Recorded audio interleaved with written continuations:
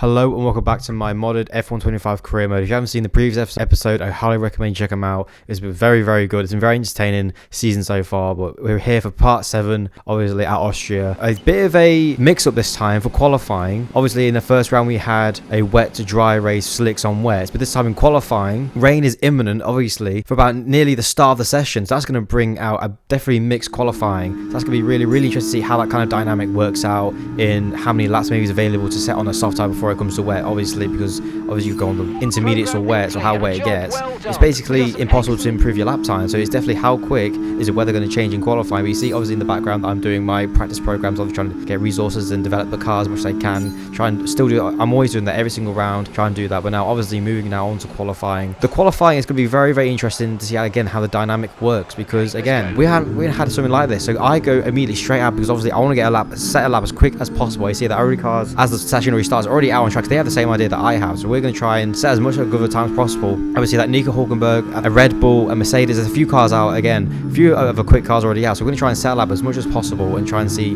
where we may land, and if it's when it's actually going to rain. You see that actually Nico Hulkenberg actually set the fastest lap already, so that's definitely interesting. But you see already on the screen it is now already raining. After 2 minutes it's already pouring down with rain, so this is now we need to try and bring this lap around as quick as possible. He said S1 Ocon sets the fastest lap ahead of Hulkenberg, so he could be on provisional pole potentially, but he said now the track is actually getting worse and more greasy and it's becoming more green as Max Verstappen actually now takes the quickest laps. Obviously Max Verstappen do Max Verstappen things as now coming through the final section with a bit of a moment on the exit, but the track has come more and more green. Where we come across the line, it's going to be P4 behind Antonelli ahead of Hulkenberg, so now it's definitely good for us because where's everyone's going to finish. But you see that everyone now basically is set that time, and now everyone else you see on the replay on the onboards, they're on intermediates, especially they're going to be behind us no matter what, because obviously the intermediate's obviously slower and it's definitely not wet enough to be good for inters. So obviously we went out at the perfect time. You see the weather's actually getting worse and worse, and actually I think it's going to finish how it is because the weather's definitely not improving. So there's no point actually staying around for qualifying because we only had one lap and that was it. So that has been very, very an awkward qualifying. But you see that Verstappen is on pole ahead of the HAAS, the Jägermeister HAAS of Esteban Ocon. So that's definitely going to be really interesting to see how Ocon goes. But you see the people near the bottom, Oscar Piastri lead the championship ahead of Lando Norris and Carlos Sainz the Ferrari, and George Russell. Big names have missed out outside the top 10s. That is big. Obviously 1 for the championship and 2 for the mix up with the race. This is going to be really interesting to see again. There's a very, very mixed grid between top teams and lower teams, mixed all in the grid now. Obviously you've got Haas on 2nd, we're in 4th ourselves, Antonelli the rookie in 3rd, and we've got Hulkenberg in 5th and a Sauber. So it's going to be really, really interesting to see what maybe the strategy is, because obviously the track has been really green. There's no real actually well, it's going to be a really unexpected race, because obviously we could go because with the strategy we're going for a 1 stop. We could have gone for a 2 stop potentially, but I think that would have been an extra pit stop that wasn't worth it. We would have lost a lot of time, so we're going to go with the 1 stop from medium to hard. I'm avoiding the soft completely after the last 2 races, obviously Canada and Monaco. If you haven't seen it, I'll check it out. But spoilers, basically it was a complete mess. It was ruining, but everyone around us seems to be on the medium or hard tire. Behind us Hulkenberg is on the soft, so that's going to be interesting to see how that goes. But now we're coming to 5 red lights for the Austrian Grand Prix with a Red Bull on pole position at home. It's 5 lights and away we go for yet again. Ocon gets a brilliant start. Anthony goes really aggressive on us, defending really hard against it. The Ocon is now trying to go down the inside of Verstappen, obviously for the race lead, as Anthony hits into us into turn 1. So he's been really, really aggressive. Obviously we've now contact. You see that icon actually next to him is actually heated rivalry. So obviously that icon means we're in a very heated rivalry in this game. We see the Ocon's now trying to still move on Verstappen. Haas is trying to take the lead of this Grand Prix. So we defend from Antonelli as well. I see a lot of moves going behind us. We see that we're trying to get past on now on Ocon, trying to get the switch out. Obviously he goes for the gets great traction on the exit, and now he's pull away from us. We have to defend really, really hard from Antonelli, because Antonelli's really uber aggressive on the start there, and obviously he did not want us to get past at all, as he does like what Max Verstappen does in real life. I see now trying goes down the inside of us, down into the end of lap 1. Obviously he's trying to send it past us, because he is definitely, we're not the best of friends right now, because obviously he doesn't like us. We're in a very, very heated rivalry, as obviously it started and stemmed from obviously from the Formula 2 days, fighting for the championship with him and Behrman. But now coming onto lap 2, we're trying to get a slipstream of Ocon, we're trying to get past him, obviously trying to fight potentially for a win, maybe for a podium at least, as we sweep past Ocon very easily with help with Eros and Diros obviously. But further back we see that Hadjar, Colapinto, and you see right in the background a Ferrari of Carlos Sainz battling obviously with Gasly. So he's had a terrible start, Sainz has, so he's fighting all the way back near the back of the pack. But you see that Hadjar and Colapinto are fighting again for P15 at the moment. You see that Gasly's defending from Sainz, having gone all the way around the outside,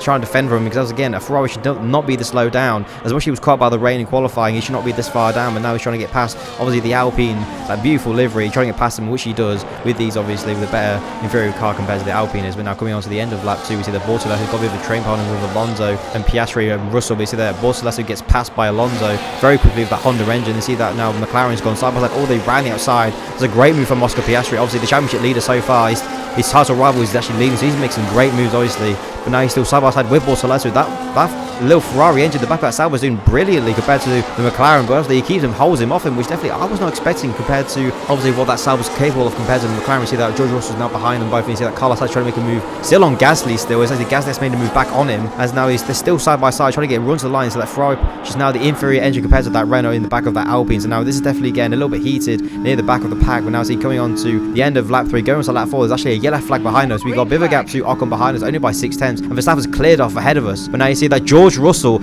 is now out of the race. The Mercedes engine has gone bang again for the 3rd time this season, which is definitely worrying for the team that I'm actually talking to with in the talks, obviously potentially next season. But now we're on board with George Russell. You hear obviously in the background it kind of just dies down and the engine goes bang. There's no real smoke or anything, so it's a massive technical issue again with that Mercedes engine, because that's the one that's been most frequent to actually go bang and having issues and retiring. So that's definitely one I have to keep in the back of my mind. See that Ocon's actually now caught us on the back onto lap 4, going on lap 5, now going to that final sector. So actually he's caught up a lot. Ocon has the pace compared to what he's got better pace than what we do, so that's worrying. So potentially could Ocon now catch Verstappen, and you see now coming on to lap 5, obviously going to one of the main straights, obviously the help of ERS, DRS, he goes really tight to the inside. I was not expecting him to go there. He makes it really, really tight than it needs to be. He could have gone to the right hand side, but obviously he wanted that line more than I do. And obviously there was a tiny bit of space that I maybe should have left, but I didn't think he was going to go there, because obviously there was barely even a car like even there. But obviously now could he get the run for Verstappen? But actually we're getting the run back on him, obviously coming down to the second straight. You've got the ERS and DRS coming on to him. Now we're getting really, really tight into the again. It's a very awkward corner on the exit, and we get a little bit of an oversteer. Now try and catch him. Now Ocon now gets a bit of a drive away, and now try and defend from Anthony behind us. Now he wants to get a bit of a move off again. We had a bit of that heated debate. He exchanged earlier on the race, but now we try and keep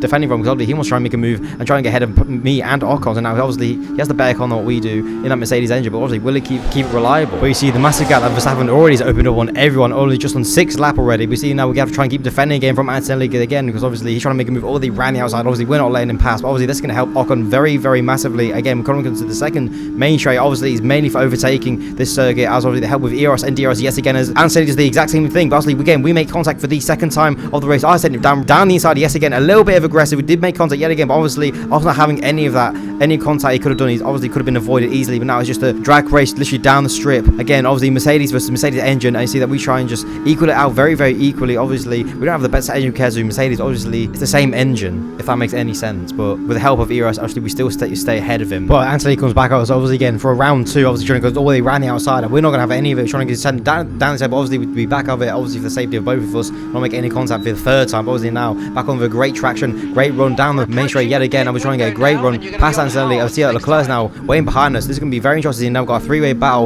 obviously for the final place to podium. We see that Ocon has got loads of space, obviously to the help of me and Anthony battling out so crazy. But now Anthony comes back out for the 3rd or 4th time. I've lost count so many times, but he's down the inside. We're trying to make the old switcheroo back on Anthony, which we do very greatly, which we do. Now we get a great run, but that means we have DRS and ERS to affect. Obviously Anthony without DRS is going to be very much not helpful to him trying to fight back us yet again. But see now there's a bit of a gap back of us now going to lap 8. I was trying to stretch away, trying to maybe potentially catch Ocon if we can. We see now there's a battle between Anthony and Leclerc behind us. This is going to help us again, a bit of a gap to us. You see that Norris actually could join the party as well as Tsunoda. Now this little group of battle is becoming very, very big party now. You see Leclerc and Anthony still going side by side down the main straight. They both got DRS obviously with the help of me behind them. You see that Norris and Tsunoda going side by side as well. That Leclerc's ahead of Anthony. You see that Tsunoda's heading is down the inside into the nose of the back of Anthony. That's very, very close. Very, very fine margins. Obviously that Norris gets the better traction, the better run back on past Tsunoda, and then you see that Norris trying to make a move on now Antonelli. So obviously Antonelli's lost the position to Leclerc, and now potentially he's not lost, he has to Lando Norris as he tries to stick it all the way around the outside. But obviously that's going to lose position obviously due to the inside nature. But obviously you see now he's lost a lot of time. We are about to lose a lot of time. Obviously Leclerc is trying to gain on us, obviously trying to pull away from that pack as well. He's got a lot of pace. You see that now Verstappen is in the pits already. Obviously that massive gap to his advantage. He's already pitting now. I see that Ocon is pitting ahead of us, and we're trying to follow him as well, because obviously we need to pit obviously on that same lap as well to follow our strategy onto the hard tyre now. You see that Leclerc behind us actually stays out as Norris and everyone else obviously pits as well. Here you go. You see that Esteban Ocon in the HAAS potentially on for a great race. Obviously this holds out still obviously for a great podium. That we pit onto our hard tyres. That Leclerc is going to go for another lap and stay. Is he going to try and do the overcut on everyone else? That's going to be really interesting to see what his strategy is going to work and how his call is going to work. But you see that Lando Norris behind us obviously ahead of Antonelli. So obviously he's lost position. You see that Hulkenberg on the undercut. Obviously he's now past Antonelli. So he's lost a lovely position. You see that now he's trying to pass Lando Norris ahead of him in the Sauber. He's trying to send him down the inside in the safe Sauber. Is that Lando Norris has a massive lockup. Leclerc's going to lost a lot of wear on his tyres already. On basically, he's just come out on these fresh new tyres. He had a massive lockup. Obviously, they're not up to tension, not up to heat. Is now Nico Hulkenberg trying to get him a move on Lando Norris. Obviously, he doesn't get to keep it hold it out. But we see it now on the next lap. We see that Leclerc's already pits. We actually come ahead of Charles Leclerc. We gain a massive gap. So obviously, the overcut didn't work out to his advantage. Obviously, the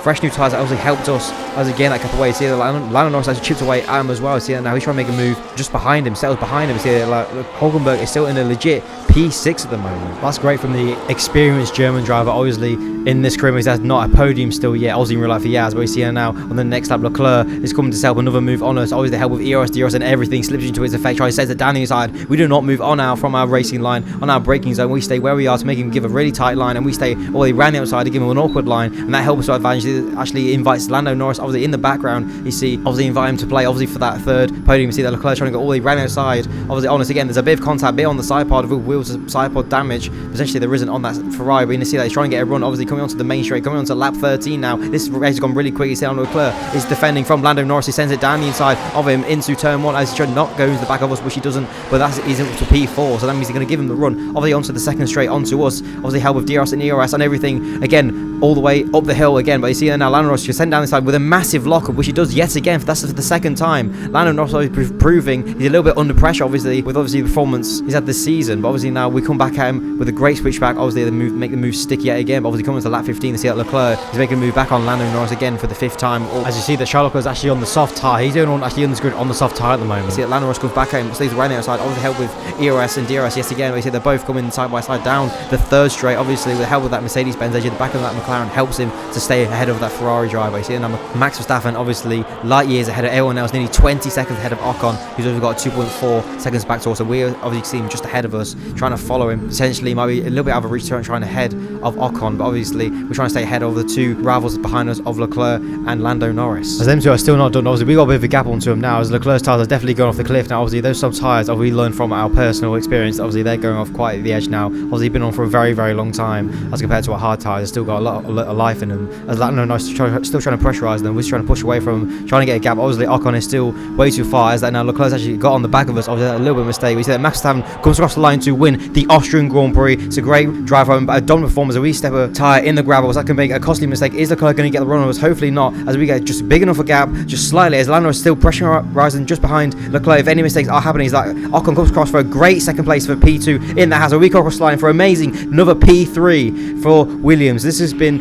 an incredible race for all the midfield teams, as like myself and Ocon, as Max Verstappen wins the Austrian Grand Prix. What a dominant performance obviously from Verstappen, very like Max things. You see what a podium that is, a Red Bull, a Jägermeister HAAS and a Gulf Williams all on the same podium, which obviously in real life you would never get. But what a type of performance from everyone that was, from the whole race. It was drama filled, it was chaotic, it was massive, filled with battles up and down the grid. Verstappen put on a very Max performance, obviously dominating by over 20 seconds. As you see, that is confirmation of him setting the fastest lap by anyone. As you see, his title rival Oscar Piastri all the finishing in P9. So the former championship leader has now lost his title lead obviously to Max Verstappen, who now takes that back from Oscar Piastri and Lando Norris from 9-point gap, as like McLaren obviously lose a bit of their points to Ferraris that have been deducted in the constructors business. Now I see another secret meeting with Mercedes-Benz. Obviously last time out we continued talks with them obviously because they wanted to pursue us, but now in the back of my mind I'm thinking about reliability on their end, because obviously they've had 3 times this year they've had their engine go, but obviously I'm going to still continue talks with them, just try and see what offers may become available and definitely something that might come arise from it. But obviously we are going to continue talks with them. Obviously I still want to try and pursue that, but this has been the Austrian Grand Prix. What a Grand Prix it has been. Still low things to come, but this has been probably one of the best races so far, I might say. But I'd like to know you guys down what your thoughts are in the comments of this race and everything in it, and maybe what you like to see more of, maybe AI battles, maybe me or anything. Just let me know down in the comments. But it's been an amazing weekend, really entertaining. I could not even predict a HAAS is going to be on the podium ahead of us, but I hope you guys have enjoyed this and I hope you guys see in the next one. Peace.